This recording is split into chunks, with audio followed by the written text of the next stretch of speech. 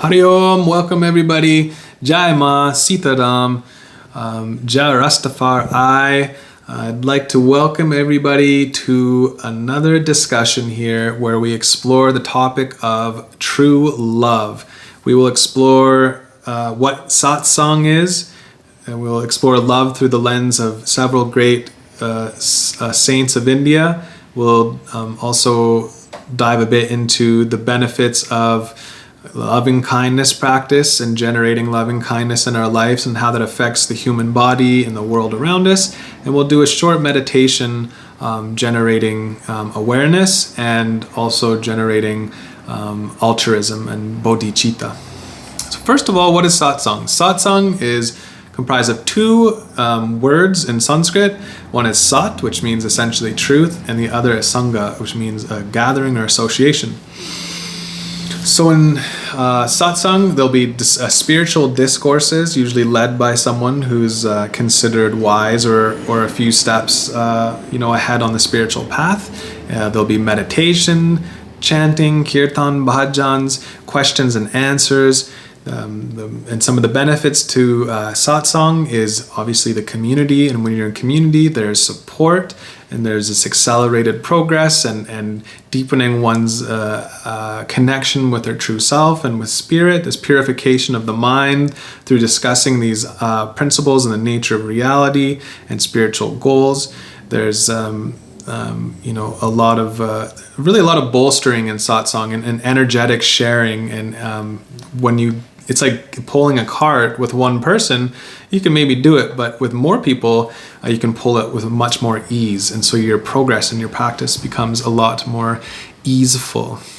So let's discuss what is true love through the lens of Neem Karoli Baba, Sri Anandamayi Ma, Ramana Maharishi, and Ramakrishna. So I'll just go over a few quotes here, and then we'll discuss about it a little bit. So Neem Karoli Baba, who was born in around 1900 in Uttar Pradesh, northern India, had a bunch of students like Ramdas, Krishna Das, Jai Uttal, Lama Surya Das, Rameshwar Das, Raghu Marcus, Jack Cornfield, Steve Jobs, Bhagavan Das, Mirabai Bush, Daniel Goleman, Robert Thurman, and Sharon Salzberg, who are all very influential people and who have made big impact on the world. So Maharaji was quoted saying, "Love says, I am everything. Wisdom says, I am nothing.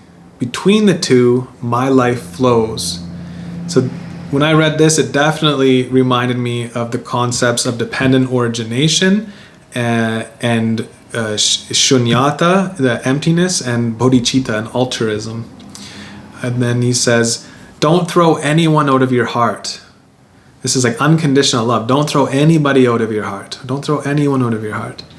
And it immediately reminded me of Ram Dass saying something like, I don't have to love your role, but I love your soul.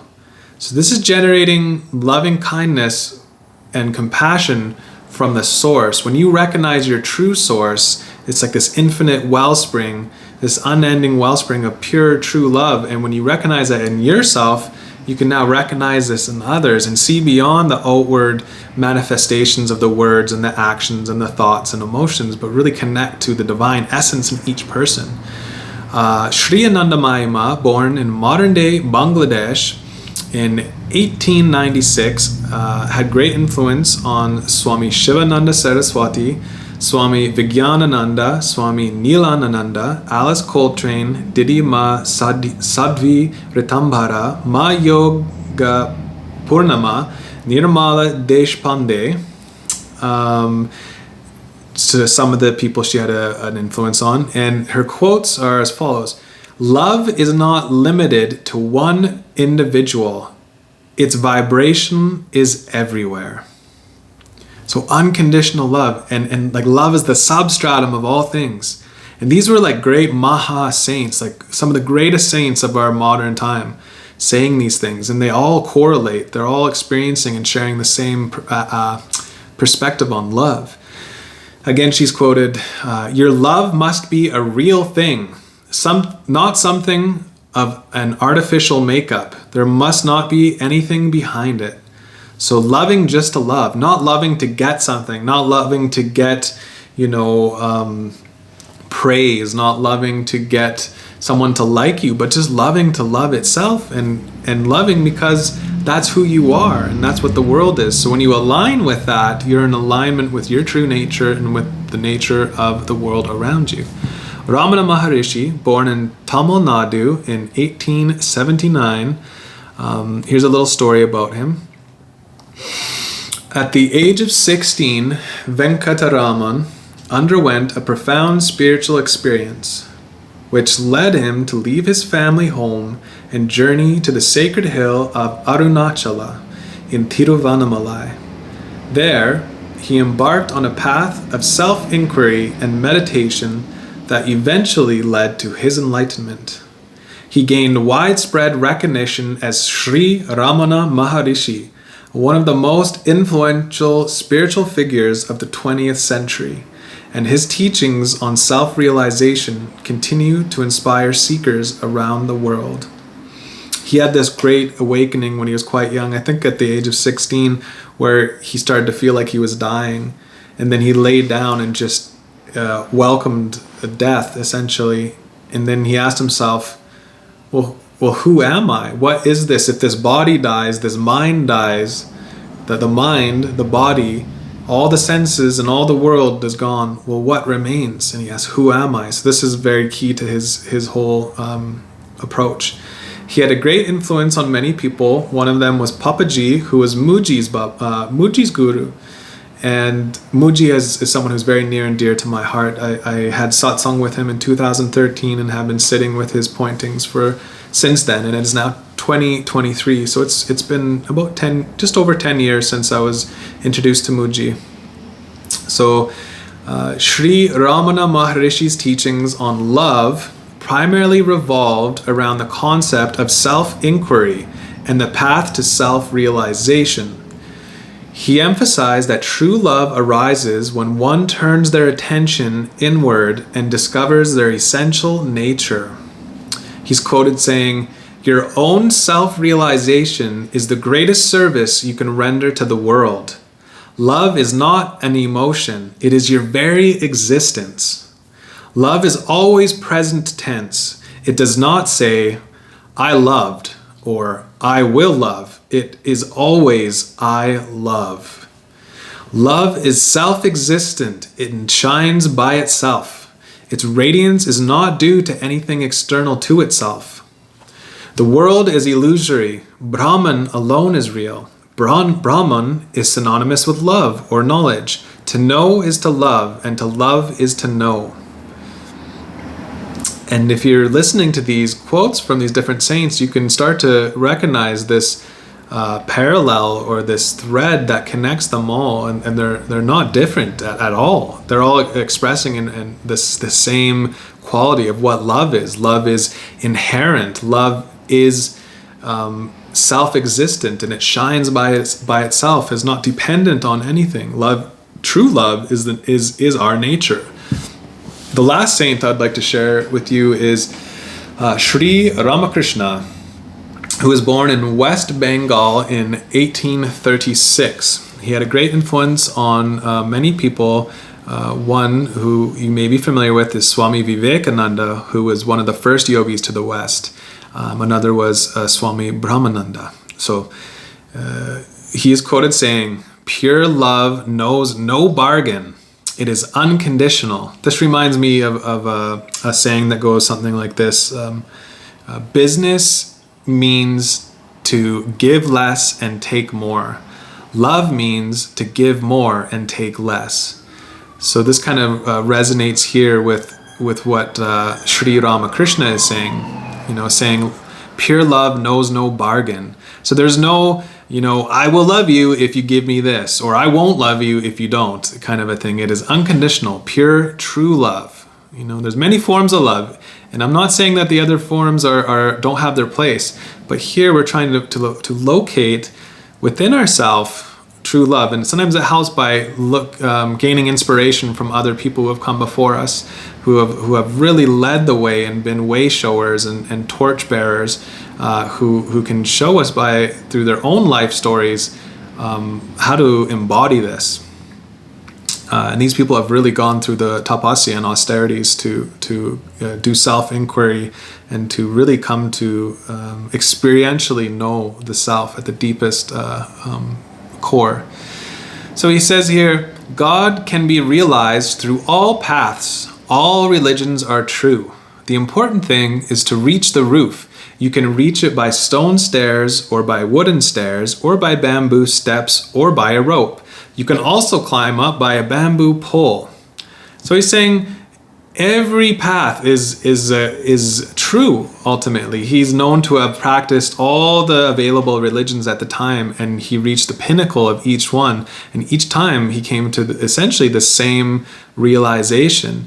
And he's sharing that here. He says, the final quote from Sri Ramakrishna is, love is a higher law. So he's saying love is not something that we're making up or come and go kind of a thing. Love is a higher law. It's just it's a rule of the cosmos. It's a rule of our existence. So I would like to discuss now the aspects of how practicing loving kindness and generating compassion and bodhicitta and altruism can affect our day-to-day. So it can enhance our relationships. So understanding and practicing techniques that lead to our true and unchanging self can also lead to a more harmonious and fulfilling relationships with family, friends, and colleagues. Unconditional love fosters empathy, understanding, and acceptance, reducing conflicts and misunderstandings. So this is something I've been contemplating a lot is okay, we can say love and there's a general feeling to it, but how does love actually show up? How does it express itself? And so what is love, So here, practicing loving kindness and compassion can reduce stress. By engaging in satsang and practicing love-based activities can reduce stress and anxiety levels, promoting overall mental well-being and emotional stability. Cultivating a sense of inner peace and connection with your own innermost presence can enhance your overall well-being and self-satisfaction. So know thyself, spend time with yourself, really get to know that deepest part of your being that's not your thoughts, that's not your emotions, that is not the body or the objects of the senses, is deeper than all of this. You can practice self-inquiry and loving kindness and these kinds of things to discover the self. But here we're trying to focus on what is love, what is true love. So some measurable effects on the human body of generating altruism and compassion, loving kindness, patience.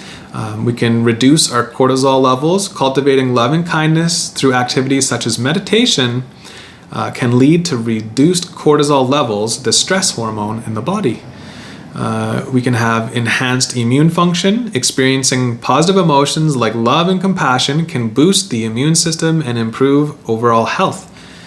Increased oxytocin release. Acts of love and connection trigger the release of oxytocin, the love hormone, which promotes bonding and positive social interactions. So you can see here in the human body, it's there's physiological expressions and positive results through cultivating a deeper sense of self and cultivating love and kindness and being kind to those around us and improving our relationships and so on. So the effects on society that embodies the source of true love is likely to exhibit higher levels of empathy and compassion towards fellow members, leading to a more caring and supportive community.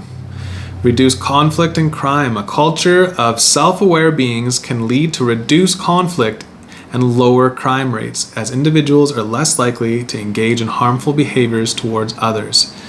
And our mental health will increase.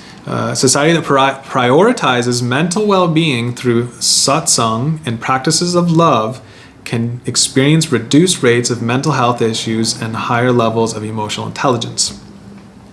And finally, the measurable effects on the world. We can promote global unity by redirecting our senses of self from the small I to the big I, for the limited perspective to recognizing the interconnectedness and interdependence of all things and the dependent origination of what we appear to be, or what appears to be the self.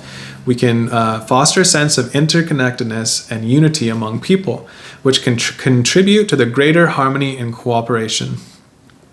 Environmental impact. Of course, a culture of conscientious, self-aware people may lead to increased environmental consciousness, encouraging sustainable practices and greater care for the planet. So, of course, if you're taking more time with yourself and you're taking more time with others, you're being more patient, you're being more kind, you're being more compassionate, naturally this will spill into all activities and will impact even the environment. So social transformation, the ripple effect of individuals who move through the world in this way can contribute to social transformation, inspiring others to embrace love and compassion in their own lives. So by generating a sense of loving kindness and by self-realization, it is, like these saints were saying, essentially is like the greatest gift you can give to the world is by truly knowing yourself. And then when you abide in that self, you radiate love and compassion. So finally, we'll do a meditation here. So this meditation is a guided Buddhist mindfulness, compassion, and joy generating practice. So I would like to share with you a guided Buddhist meditation where we will explore the principles of skillful attention and the 4 Immesurables. So let's all find a comfortable seated position, rest your gaze or close your eyes, and let's begin this journey of discovering our inner peace and compassion. So take a moment to settle into your seat. Feel the support beneath you. Let go of any distractions and bring your focus to your breath. Inhale deeply and exhale slowly. Allow your body and your mind to relax. So the first part is skillful attention. And we'll do this first by this awareness to breath. So bringing our attention to the natural rhythm of our breath. Feeling the sensation of the breath as it enters and leaves your body. Observe each inhale and exhale without judgment, gently guiding your focus back whenever your mind wanders. So when you breathe in, notice your stomach and your chest rise. When you breathe out, notice the chest fall and the stomach drop. When you breathe in, notice it's a little cooler around the nostrils. When you breathe out, notice it's a little warmer. And just pay attention to the sensations of your breath. And the key is whenever your mind wanders, is to just gently bring it back to this awareness of breath. And it doesn't matter how many times your mind wanders, just bring it back, and that is success. The second part of the skillful attention is by observing our thoughts. As your thoughts arise, acknowledge them without attachment. Imagine each thought as a cloud passing by in the vast sky of your mind. Let them drift away, returning your attention to the present moment and the breath. So we're still aware of the breath as it comes and goes, and we're being attentive of our thoughts, not being involved in the thoughts, not pushing them away, not playing them out and acting them out, but just noticing the thoughts come and then watch them go, Do not get involved with them or identify with them. Let them drift by, just like clouds passing. So this is skillful attention. When we become aware of the body, the sensations on the body, aware of the breath as it comes and goes, in and out, rises and falls, and gently aware of our thoughts, not identifying with them, not entertaining them, not playing them out, just noticing them come and go. And now we'll focus on the 4 immeasurables. The first is metta, or loving kindness. First of all, picture a loved one, someone who brings warmth and happiness to your heart. Hold this image in your mind and send them loving kindness. Repeat silently, may you be happy. May you be healthy. May you be safe. May you live with ease. Again, picture someone that you love, someone who brings warmth and happiness to your heart. Really hold them in your mind's eye and say to them, may you be happy. May you be healthy. May you be safe. May you live with ease. And the second part of the 4 immeasurables is karuna, or compassion. Now visualize someone going through a difficult time or suffering. Embrace them with compassion. Seeing this person suffering and going through a difficult time, say in your mind, may you find comfort. May your pain be eased. May you find strength. May you be free from suffering.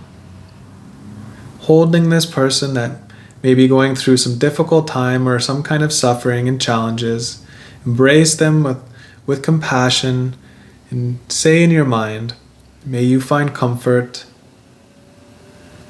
May your pain be eased. May you find strength. And may you be free from suffering. The third of the 4 immeasurables, mudita, or empathic joy. Now let's imagine a person experiencing success or joy. Let go of any jealousy or envy and genuinely share in their happiness. Seeing this person who is experiencing some kind of success or joy and not looking at it with jealousy or envy, and genuinely sharing in their happiness, cultivating this joy, saying in your mind, may your happiness grow. May your success continue. May your heart be filled with joy. Seeing this person who is experiencing success, some kind of joy of their own, and without envy or jealousy, saying in your mind and in your heart to this person, may your happiness grow. May your success continue. May your heart be filled with joy.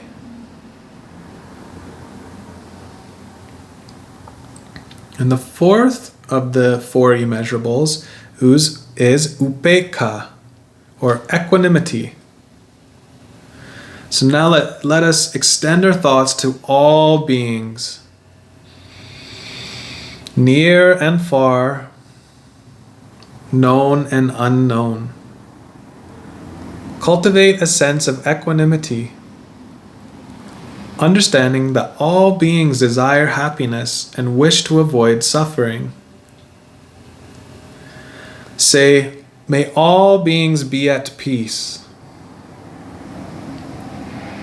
May all beings be free from attachment and aversion. May all beings live with equanimity.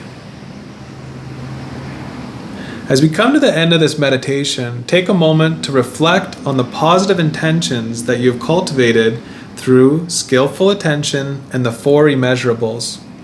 Carry this loving and compassionate energy with you throughout your day, radiating it to all those who you encounter. Again, the 4 Immesurables are loving kindness, compassion, empathetic joy, and equanimity. So the last thing we'll go over here is a call to action and to practice love in daily life. A simple example of how to embody love in daily life is by cultivating kindness and empathy towards others, like through this meditation we did. This can be achieved through small acts of love and service, like small acts of kindness, where we engage in random acts of kindness, such as helping a neighbor with their groceries, offering a genuine smile to a stranger, or assisting someone in need.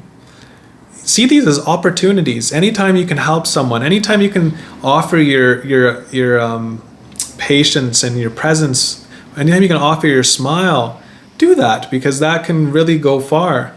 This is acts of kindness. Listen with empathy. Practice active listening when someone shares their feelings or their experiences. This is a big one. Offer support and understanding without judgment. Just be there. Be present. Offer your presence. Express gratitude. Express gratitude and appreciation to those who contribute positively to your life and even those challenges in your life. Express positivity and gratitude. Say thank you, thank you, thank you. Like when you wake up in the morning, choose 3 things you're thankful of. When you go to bed at night, choose 3 things you're grateful of. Throughout the day, just say thank you, thank you, thank you, and generate this loving kindness, this gratitude, and express this thank you and this gratitude towards your friends, your family, colleagues, and all those around you. Spreading positivity, and when we share positivity and uplifting messages with others through social media, encouraging words, or thoughtful notes. Anytime you can, choose this positive direction. Choose to be supportive, choose to be kind, choose to have empathy and love. And so the 5th one here is self-reflection. Cultivate love towards yourself by practicing self-compassion and being forgiving of personal shortcomings. Look at yourself in the mirror and thank yourself for everything you've done. Really look at yourself with kindness and treat yourself well. Examine self-defeating thoughts you may have and recognize that you have the choice to either think positively or negatively. And it's a practice, and be gentle and be kind with yourself. It takes a while to change habits and patterns and characteristic in your personality, but it can be done. Extending love. Extend love and compassion towards all living beings, including animals and nature, by promoting environmental sustainability and animal welfare. By consciously incorporating these practices into our daily life, we can align ourselves with the profound teachings of great saints like Sri Neem Karoli Baba, Sri Anandamayi, Sri Ramana Maharishi, and Sri Ramakrishna. And we can experience the transformative power of love, leading to a more harmonious and compassionate world.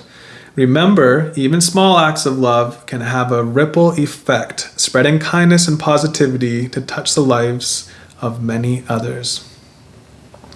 So I hope that helped you understand or contemplate and really play with the idea of what is love and what is conditional love versus unconditional love, and recognize that you are the source of love and that the source of every being and everything is love. So spend time developing a relationship with that, getting to know that. And I wish you all the best. Hari Om, Namaste, and Tat Sat. Jai Ma.